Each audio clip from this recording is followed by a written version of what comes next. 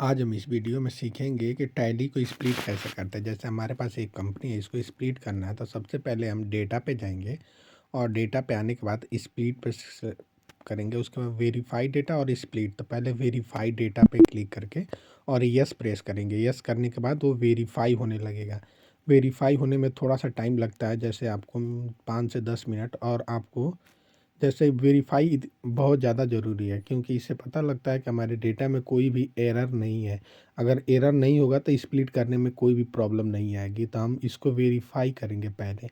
Verify करने के बाद जैसे ही वेरीफाई का प्रोसेस कंप्लीट हो जाएगा तो वहाँ आपको एरर शो करेगा कि हम आपका क्या एरर है, उसको सही करेंगे। अगर एरर नहीं होगा तभी स्प्लिट करेंगे।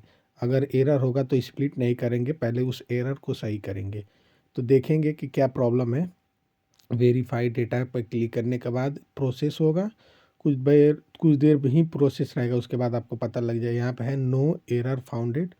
तब आप जाए, ठीक है, अब डेटा पर जाएंगे, स्प्लिट पे जाएंगे और नीचे स्प्लिट डेटा पर प्रेस करके और आपको यहाँ से कहाँ से स्प्लिट करना है, किस डेट से, यहाँ पे वो डेट डालेंगे।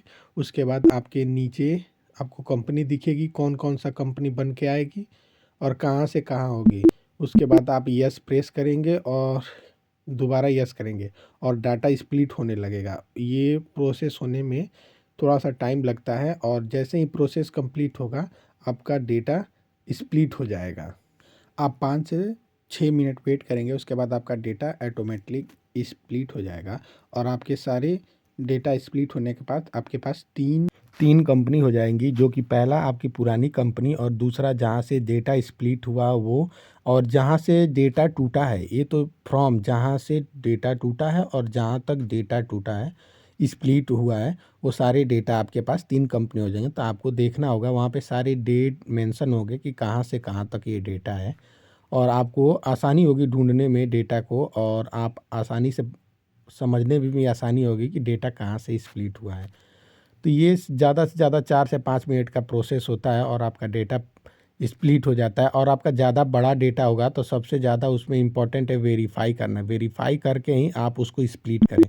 देख लीजिए मेरा डेटा स्प्लिट हो गया और आप देखेंगे यहाँ मेरे पास उसके नाम से 3 कंपनी बन चुकी है। जैसे मैंने ये तेलंगाना से बनाया है तो 3 कंपनी, एक तो मेरी पुरानी कंपनी और 2 नया क्रिएट हुआ है। तो वीडियो को ज़्यादा से ज़्यादा लाइक और सब्सक्राइब करें और